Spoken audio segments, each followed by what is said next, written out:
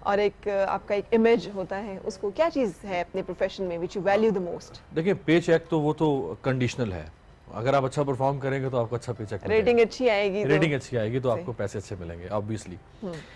لیکن یہ چیزیں ویری کرتی ہیں پرسن ٹو پرسن. ٹھیک, بہت سے لوگ جس طرح سے ہمارے پالیٹکس میں کچھ لوگ سروس کے لیے پالیٹکس کرتے ہیں, کچھ Really؟ لوگ, ایک کانسیپٹ ہے نا پالیٹکس کا, واقعی میں بتائیے ان کے ایسا آپ بارے کو میں. حیرت ہو رہی ہے ایسے کون سے لوگ ہیں, مجھے بھی مشکل سے گننے پڑیں گے. نہیں آپ ضرور گنوائیے, کیونکہ ایسے کون سے سروس کے لیے پالیٹکس, کاش کوئی ایک آدھ ہی ہوتا. قائد اعظم نے اگر پاکستان بنا لیا تھا تو ایک آدھ ہوتا تو شاید پاکستان کا کچھ بن ہی گیا ہوتا. اچھا یہ بھی ویسے انٹرسٹنگلی کہ ہمارے ہاں باقی بہت اچھے پالیٹیشنز ہیں کچھ, نہیں اس میں تو شک نہیں ہے, اور ان کے دل میں درد بھی ہے, وہ کچھ کرنا بھی چاہتے ہیں. دل میں کون سا والا درد ہے, بائی پاس والا کہ تو وہ عوام کو بائی پاس کر کے تھا. لیکن یہ ایک وشیس سرکل بن گیا ہوا ہے پاکستان میں, ٹھیک ہے, اور وہ بیچارے سیاستدان بھی کچھ جو اچھے ہیں کچھ, وہ اس وشیس سرکل سے باہر نہیں آ پا رہے. Amir, are you trying to tell us کہ there are good politicians out there؟ بالکل ہے پاکستان میں, پاکستان میں ہیں گڈ پالیٹیشنز. name one. وہ پھر میں خیال ڈسکریمنیشن ہو جائے گی, کیونکہ اس وقت ہمارے پاس تقریباً 1172 پارلیمنٹیرینز ہیں پورے پاکستان میں, تو میں ایک کا نام لوں گا تو باقی سب پر ہرٹ ہوں گے. اچھا تو وہ کوئی بھی کچھ نہیں کر پا رہا اس ملک کی تقدیر بدلنے کی؟ وہ نہیں کر پا رہا, وشیس سرکل میں پھنس گئے ہیں نا ایک, کیونکہ ہم طے نہیں کر پا رہے کہ ہم نے اس ملک کو ٹھیک کرنا ہے. صحیح, ہم طے نہیں کر پا رہے کہ بس جو ہو گیا سارے باب بند, کل سے ہم کھڑے ہو جائیں گے, اور وزیر اعظم کدال پکڑے ہاتھوں میں, قوم پیچھے تیشے پکڑ کے کھڑی ہوگی. ہم وہ طے ہی نہیں کر رہے نا, ایک طریقہ ہوتا ہے کھڑے ہونے کا, ہمیں ہمارے اندر وہ رمق ہی نظر نہیں آ رہی. ٹھیک ٹھیک, اس لیے جو ہے وہ میرا نہیں خیال. اسی لیے کہتے ہیں کہ بہت سارے بروں کی برائی نے نہیں, بہت سارے اچھوں کی خاموشی نے نقصان پہنچایا ہے. انٹلیکچوئل کرپشن کہتے ہیں اس کو. ہمارے ہاں دوسری کرپشن پہ تو بات ہوتی ہے, لیکن انٹلیکچوئل کرپشن پہ بات نہیں ہوتی. کمپٹیشن آپ دیکھتے ہیں اپنے سلاٹ کے باقی شوز, یا پھر اپنے سے اوپر جو بالکل کیوں نہیں, دیکھیں میری سلاٹ میں حامد میر صاحب پروگرام کر رہے ہیں, کاشف عباسی بہت سینئر اینکر ہیں, ندیم ملک صاحب ہیں, کامران شاہد ہیں, آسما شرازی آپ کی دوست ہیں, اور کمپٹیشن تو ہے, مزہ آتا ہے, کبھی ہم ان کے ساتھ کبھی وہ ہمارے ساتھ. صحیح, تو ریٹنگ میں کس کو سب سے زیادہ آپ ٹارگٹ کر رہے ہوتے ہیں, who you really look up to؟ میں نے الحمدللہ ویسے ان سب کو بیٹ کیا ہوا ہے. صحیح, obviously میں ان سے بہت جونیئر ہوں, وہ ایک گیپ تو ہے. Success has no shortcut, یہ میرا بلیو ہے, اور experience has no shortcut, یہ بھی میرا بلیو. تو ایکسپیرینس کے ساتھ آپ سکسیس اچیو کرتے ہیں, تو ایکسپیرینس گین ہو رہا ہے, تو obviously انشاءاللہ چیزیں بہتر ہوں گی. اچھا عموماً آپ کا پروگرام جو ہے وہ ذرا مدھم ٹونز میں ہوتا ہے, which is unlike many youngsters جو آئے اور بہت آؤٹریجسلی انہوں نے بڑا ایکسپلوسیو قسم کے پروگرامز کیے, اور پھر اچانک سے بہت تیزی سے انہوں نے ٹریول بھی کیا. تو آپ نے اپنے آپ کو اتنا وہ جو جس کمپوزر میں رکھا ہوا ہے, آپ نہیں سمجھتے کہ ذرا اس سے کھل کے کھیلنے میں زیادہ فائدہ ہے, اچھی ریٹنگز آتی ہیں؟ دیکھیں میں ایک بات کر رہا ہوں, اور آپ ریسیپینٹ ہیں, آپ نے میری بات ریسیو کرنی ہے, تو میری کوشش یہ ہوتی ہے کہ میرے ریسیپینٹ تک میری بات پہنچے. کانٹینٹ میرا سٹرونگ ہونا چاہیے, کانفیڈنس ہونا چاہیے جو میں بات کر رہا ہوں, کانسیپٹس میرے کلیئر ہونے چاہیے میں کیا بات کر رہا ہوں, بیک گراؤنڈ مجھے پتا ہونا چاہیے چیزوں کا کیا ہے.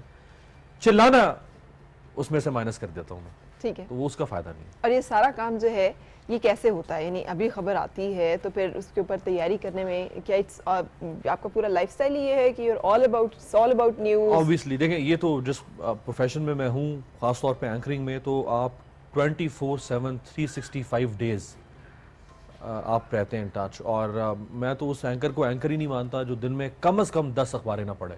اچھا, اور پھر آپ کو سوشل میڈیا پہ بھی ان ٹچ رہنا پڑتا ہے, آپ کو انٹرنیشنل پالیٹکس پہ بھی کچھ نظر رکھنی پڑتی ہے, آپ کو مائنیوٹ لیول پہ بھی. اب تو ماشاءاللہ بلدیاتی الیکشن ہو رہے ہیں, بلدیاتی ادارے بنیں گے, تو اب ہمیں اور زیادہ وہاں پہ بھی کام اور فوکس رکھنا پڑتا ہے. ٹھیک, تو ایکسپوئر تو گین کرنا پڑتا ہے اس طرح سے. بالکل صحیح. یہ سب کام آپ خود کر رہے ہوتے ہیں یا آپ کیسے اس کو مینیج کرتے ہیں؟ میرے پروگرام کے لیے میری ٹیم ضرور ہے, لیکن مجھے خود جو کچھ سیکھنا ہے اس کے لیے تو میں خود ہی ہوں, اور اس کے لیے تو میرے پاس کوئی ٹیم نہیں ہے. لیکن پروگرام کی پریپریشن کے لیے آفٹر آل ایک ٹیم ہوتی ہے, اور وہ ہم کو 12-1 بجے کے قریب اس پہ کام شروع کرتے ہیں ڈیلی کے پروگرام پہ, اور پھر جس طرح سے نیوز آ رہی ہیں, پھر جو ایشو مومنٹم بلڈ اپ ہو رہا ہے, جو ہائپ کریٹ ہو رہی ہے, اس کے ساتھ پھر ہم ٹاپک کو فائنل کرتے ہیں. کتنا شوق آپ کو شعر و شاعری کا اور علم و ادب کا, خبروں سے ہٹ کر باقی چیزوں کے ساتھ ہے؟ بہت شوق تھا, تھا دیوانگی کی شوق تھا, دیوانگی کی حد تک. ابھی بھی ہے لیکن اب شوق پر عمل نہیں ہو پاتا. اچھا کیونکہ کچھ اب- یاد ہے اشعار, کچھ ایسی چیز جو کہ آپ کو پسند ہو, جو آپ کو یاد ہو؟ اب سنا بھی دیں گے آپ کو, لیکن اب چونکہ زیادہ فوکس ہوتا ہے obviously پالیٹکس پہ, گورننس پہ, اور چیزیں بہت زیادہ پاکستان میں چینج ہو رہی ہوتی ہیں. دنیا کا 6th largest populated country of the world ہے ہم, ہاں مسائل بھی ہمارے بہت زیادہ ہیں, تو اس لیے پھر اتنا وقت رہتا نہیں اب کہ آپ اس کو لٹریچر کو پڑھ سکیں یا شاعری کو. بالکل صحیح, لیکن لیکن پہلے پھر کچھ سننا ضرور چاہیں گی, کچھ بھی اگر آپ کو دلچسپی ہے شعر و شاعری سے. بالکل ساحر لدھیانوی جن کو میں نے پڑھا بہت, انہی کا سنا دیتا ہوں آپ کو کہ میرے سرکش ترانے سن کے دنیا یہ سمجھتی ہے کہ شاید میرے دل کو عشق کے نغموں سے نفرت ہے, مجھے ہنگامہ جنگ و جدل میں کیف ملتا ہے, میری دنیا میں کچھ وقت نہیں ہے رقص و نغمہ کی, مگر اے کاش دیکھیں وہ میری پرسوز راتوں کو, میں جب تاروں پہ نظریں گاڑ کر آنسو بہاتا ہوں. میرے سرکش ترانے سن کے دنیا یہ سمجھتی ہے کہ شاید میرے دل کو عشق کے نغموں سے نفرت ہے, میرے سرکش ترانوں کی حقیقت ہے تو اتنی ہے کہ جب میں دیکھتا ہوں بھوک کے مارے کسانوں کو, سسکتی نازنینوں کو, تڑپتے نوجوانوں کو, تو دل تابے نشاط بزم عشرت لا نہیں سکتا, میں چاہوں بھی تو خواب آور ترانے گا نہیں سکتا. واہ کیا بات ہے, کیا بات ہے, کیا آپ نے اپنے حسب حال شعر یاد کر کے کیا بات ہے نا, آپ ایک اچھے مقرر, تو آپ نے اپنے لیے آرگیومنٹ ڈھونڈ کے رکھا ہوا ہے کہ کیا کہتے ہیں. اور یہ دیکھیں کتنی بدقسمتی ہے کہ اس طرح کی چیزیں ہمارے اوپر ہمیشہ سعادت آتی ہیں, کبھی سیلاب آیا ہوتا ہے, کبھی کوئی اور تباہی آئی ہوتی ہے, ہم ان چیزوں کو سے صرف نظر کر ہی نہیں سکتے. بلکہ وہ آپ کے کالر جنہوں نے جنگلات کی بات کی اور درختوں کی بات کی, فیصل آباد میں کنال ہے جس کو شہباز شریف صاحب ایکسٹینڈ کر رہے ہیں, جی لاہور کنال کو ایکسٹینڈ کیا تو اس وقت بھی یہ شبہ تھا کہ درخت کاٹے جا رہے ہیں. انٹرنیشنل سٹینڈرڈز کے مطابق کسی بھی ملک کے کل رقبے پر جتنے جنگلات ہونے چاہیے, پاکستان شاید دنیا میں سب سے کم فال کرتا ہے اس میں. اسی وجہ سے زمینی کٹاؤ بڑھ رہا ہے, سیلاب آتے ہیں تو اگر درخت ہوں گے تو وہ رکاوٹ پیدا کریں گے. آکسیجن, انوائرمنٹ, ابھی اوباما صاحب نے جب وزٹ کیا انڈیا کا تو وہاں پہ مودی نے اوباما سے جو کچھ مانگا اپنے ملک کے لیے, اس میں سے ایک یہ تھا کہ مجھے کلائمیٹ ٹھیک کرنا ہے اپنے ملک کا, انوائرمنٹ ٹھیک کرنا ہے, مجھے اس کے لیے ٹیکنالوجی دو, اس کے لیے مجھے اسباب دو. تو بڑا انفارچونیٹ ہے کہ پاکستان میں کلائمیٹ منسٹری کا بھی کچھ پتہ نہیں کہ وہ کیا کر رہی ہے. کلائمیٹ چینج اور یہ درختوں والا معاملہ تو بہت سویئر ہے. بالکل کسی بھی طرح کے عمران خان صاحب نے ابھی 1 بلین ٹری سونامی کیمپین شروع کی ہے KPK کے اندر. اللہ کرے کہ وہ ان کے باقی وعدے جس طرح بعض پورے نہیں ہو سکے یہ پوری ہو جائے. ٹھیک ہے, اگر یہ ہو جاتی تو یہ واقعی بہت بڑا بریک تھرو ہوگا. بالکل صحیح. اچھا آپ نے یہ بات کی تو یہ کور ایشوز تو ہیں نا ہمارے, لیکن ہم نے آپ لوگوں کے پولیٹیکل پروگرامز میں کبھی ان کے اوپر کو بڑی گرما گرم بحث ہوتے نہیں دیکھی. زیادہ اس نے what he said, she said, he said, she said, he said, she said, یہی چل رہا ہوتا ہے. یہ کہہ دیا گیا, یہ ہو گیا, یہ بیان آ گیا, یہ فیصلہ آ گیا. وہ کور ایشوز کے جو آپ ابھی بات کر رہے ہیں, ہم دیکھتے ہیں کہ کس سٹوری کے اندر کرسپ ہے, کس میں سپائس موجود ہے, اور جس میں کرسپ ہوگا ہم اسی سٹوری کے اوپر کام کرتے ہیں. وہ ریٹنگ کی جو پہلے ہم نے بات کی تھی. ہاں تو لیکن پھر کچھ بے وجہ نہیں ہے چمن کی تباہیاں, کچھ باغباں بھی ہیں برق و شرر سے ملے ہوئے. ہم باغبانی ہے, باغباں تو آفٹر آل دیکھیں وہ حضور صلی اللہ علیہ وسلم کی حدیث ہے کہ الناس علی دین ملوکہم, لوگ اپنے حکمرانوں کے دین پہ ہوتے ہیں. یہ بحث پوری دنیا میں ختم ہو گئی ہے. یہ پاکستان میں بحث جاری ہے 2015 میں کہ حکمران پہلے ٹھیک ہوں گے یا عوام پہلے ٹھیک ہوں گے. حکمران پہلے ٹھیک ہوتے ہیں. 18 کروڑ عوام ہے اور 1172 حکمران ہے. ٹھیک ہے, تو 18 کروڑ لوگوں کو ہم پہلے ٹھیک کریں یا 1172 تو لوگوں پھر ہمیں بے وجہ بحث کرنے کی کیا ضرورت ہے؟ اگر ہم ان چیزوں پہ بحث نہیں کرتے جن چیزوں پہ اصل میں بحث, پانی کے مسئلے پہ بحث ہونی چاہیے, یہ جنگلات والا مسئلہ بحث ہونی چاہیے, who's doing what کیوں نہیں ہو رہا, ایجوکیشن پہ بات ہونی چاہیے, امپلائمنٹ کے ایشو پہ بات ہونی چاہیے, اتنے لوگ بے روزگار کیوں ہیں. خواتین دیکھیے, خواتین کی اتنی بڑی تعداد اکثریت وہاں پہ موجود ہے, خواتین کے لیے کون سی فیسیلیٹیشن کے بلز آج تک بنائے گئے, کتنی کہہ رہے ہیں ڈیورس ریشوز بہت بڑھ رہے ہیں. ڈیورس ویمن کو سپورٹ کرنے کے لیے سسٹم یا اسٹیٹ نے کیا ایسے نئے رولز یا ریگولیشنز بنائے جس میں سنگل پیرنٹ مدرز جو ہیں ان کی سپورٹ کے لیے کچھ اقدامات کیے جائیں؟ کیا کیا جا رہا ہے؟ کچھ بھی نہیں. ہم تو آج تک ونی اور ایسڈ تھروئنگ اس کلچر سے باہر نہیں نکل پا رہے. تو میں نے تو کبھی اس طرح کی کوئی بحث کسی جگہ نہیں سنی.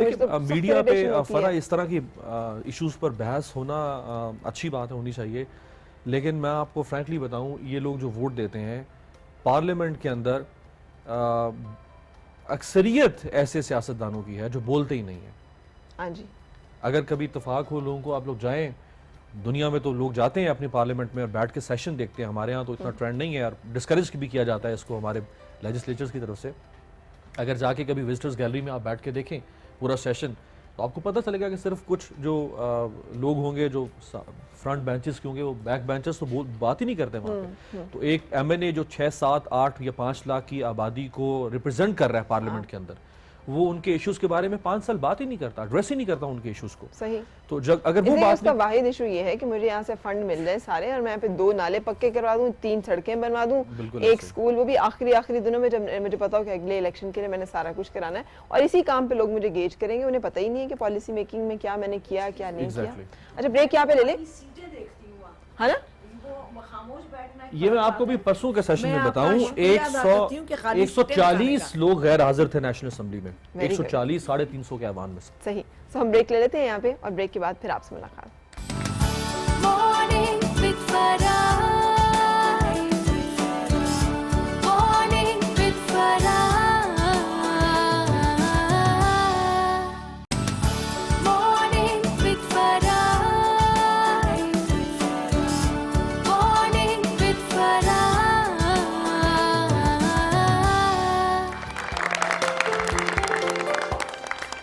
خوش آمدید اور صبح بخیر جناب. آج ہماری ملاقات رہی ہے امیر عباس سے, جو کہ بڑے ویل نون جرنلسٹ اور ٹیلی ویژن اینکر, نیوز اینکر اور کرنٹ افیئر پولیٹیکل پروگرام کا اینکر کر رہے ہیں. آپ نے دیکھا اور آپ نے سنا. کچھ چیزیں تیزی سے پوچھوں گی کیونکہ جلدی میں تو آپ ویسے تو آپ گھما پھرا رہے ہیں. یہ ریپڈ فائر راؤنڈ جو آپ کا نا مشکل ہوتا ہے. نہیں مشکل نہیں ہے, اس میں کچھ بھی مشکل نہیں ہے. طاقت کا نشہ یا پیار کا؟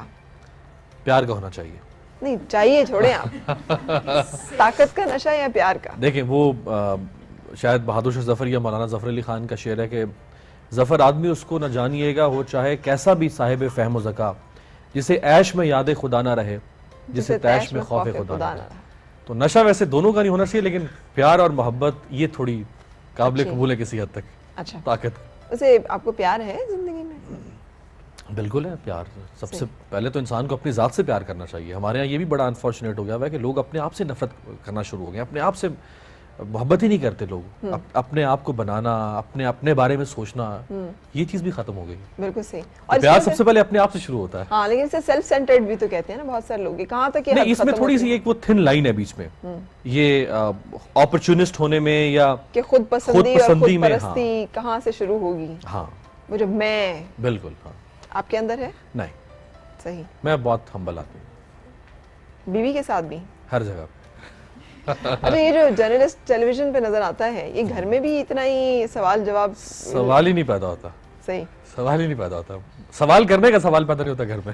صحیح. جواب دینے کا سوال پیدا ہوتا ہے؟ جواب بھی دیکھ بھال کے دینا پڑتا ہے. جواب دہی ہوتی ہے آپ کی؟ ہوتی بالکل. کن باتوں میں جواب دہی ہوتی ہے؟ زیادہ تر ہوتی ہے روٹین کے اوپر. گھر سے نکلنے کا کوئی وقت نہیں ہے, واپس آنے کا کوئی وقت نہیں ہے, فیملی کو ٹائم دینے کا, ویکنڈز پہ فیملی گیدرنگز میں جانے کا کوئی وقت نہیں ہے, سسرال پہ جانے کا وقت نہیں ہے. تو اس پہ تو بڑی کھچائی ہوتی ہے. بالکل صحیح. اچھا شادی محبت کی یا پسند والدین کی؟ کمبینیشن تھا. ٹھیک, ہاں جی, بالکل صحیح. اچھا عزت, دولت, شہرت یا محبت, کسی ایک کا انتخاب؟ عزت. مبشر لقمان یا حامد میر؟ کس سلسلے میں؟ کسی بھی سلسلے میں. ریٹ 1. دونوں میرے لیے قابل احترام. نہیں, پک 1. حامد میر صاحب کو اس لیے کہ وہ ایک اس لیے اس سے چھوڑ دیں. مبشر لقمان یا حامد میر؟ وہ چونکہ ہارڈ کور جرنلسٹ ہیں. صحیح, تو اس لیے. تو آپ کیا سمجھتے ہیں مبشر لقمان صاحب نہیں ہے؟ ان کا ایک ایکسپیرینس ہے نا 30-35 سال کا, پیپر جرنلزم کا, فیلڈ رپورٹنگ کا. حامد میر صاحب. ہاں, اس وجہ سے. آسما شیرازی یا مہر بخاری؟ مہر میری کولیگ ہیں, آسما میری کولیگ تھیں. ٹھیک. تو آپ مجھے بیچ میں سینڈوچ مت کریں. اب آپ صحافت کریں نا, سیاست نہ کریں. آسما شیرازی یا مہر بخاری؟ دیکھیں آسما پہلے مجھ سے ایک بات میں ناراض ہوئی تھی, تو میں نے ان سے دوبارہ اسی بات پہ ان سے اپالوجی کرتا ہوں آن ایئر. میرے خیال دونوں قابل احترام ہے میرے لیے. ارے سیاست, صحافی کو بھی سیاست کرنی پڑتی ہے. سیاستدانوں کے ساتھ رہ کے. اچھا لیکن یہ دس از ناٹ رائٹ نا. To some extent Asma, to some extent Mehr. پھر سیاست, پھر سیاسی بیان. چلیں, ذمہ دار صحافت یا سنسنی و ہیجان؟ ذمہ دار صاحب. واقعی اگر ریٹنگ نہ بھی آئی تب بھی ہونا تو ایسی چاہیے, ہونا تو. لیکن دیکھیں نا, آفٹر آل ہم بھی ملازم ہیں, کیا کریں. خوبصورتی یا ذہانت؟ ذہانت. کم آن. ذہانت. بکرات کے بارے میں کہا جاتا ہے کہ بڑا بدصورت آدمی تھا, ہاں اگر بکرات چل سکتا ہے، بکراتی ہوتی تو پھر شاید مسئلہ تھا. اس کے لیے خوبصورتی ہے. جتنی دنیا میں پاپولر خواتین ہیں اسٹارٹنگ فرام وہ کون تھی کلیوپیٹرا، تو سب خوبصورتی کے لیے مشہور تھی. ذہانت تو کسی کی بھی ہم نے نہیں. آپ نے خواتین کا اپنے جنڈر کی تو بات ہی نہیں کی نا، بات آتی ہے تو خوبصورتی آتی خواتین کے حوالے سے. کبھی مرد کو بھی کسی نے خوبصورت کہا؟ مرد کو اس میں زن سے ہے تصویر کائنات میں. بالکل صحیح. اچھا آپ اینکر یا صحافی؟ مشکل سوال ہے. مطلب میں اس میں ایک وضاحت بھی کرنا چاہوں گا کہ میرے اندر بھی ایک کمی ہے اور بہت سارے لوگوں میں بھی ایک کمی ہے کہ جو اصل صحافت ہے وہ پرنٹ جرنلزم ہے، لیگ ورک ہے، پرنٹ نیوز پیپر جرنلزم، اور اس میں بھی جو اصل اسٹرینتھ ہے وہ فیلڈ رپورٹنگ ہے. میں نے پرنٹ جرنلزم میں کام نہیں کیا، میں نے field reporting as a reporter نہیں کیا. ادروائز میں بہت فیلڈ میں کام کرتا ہوں. یہ دو چیزیں میری ویکنیسز ہیں، اس وجہ سے میں صحافی نہیں ہوں، لیکن ویسے میں صحافی بھی ہوں اور اینکر بھی ہوں. بالکل صحیح. تو آپ پک کسے کریں گے اگر آپ کو کوئی ایک چیز منتخب کرنی ہو اپنے لیے؟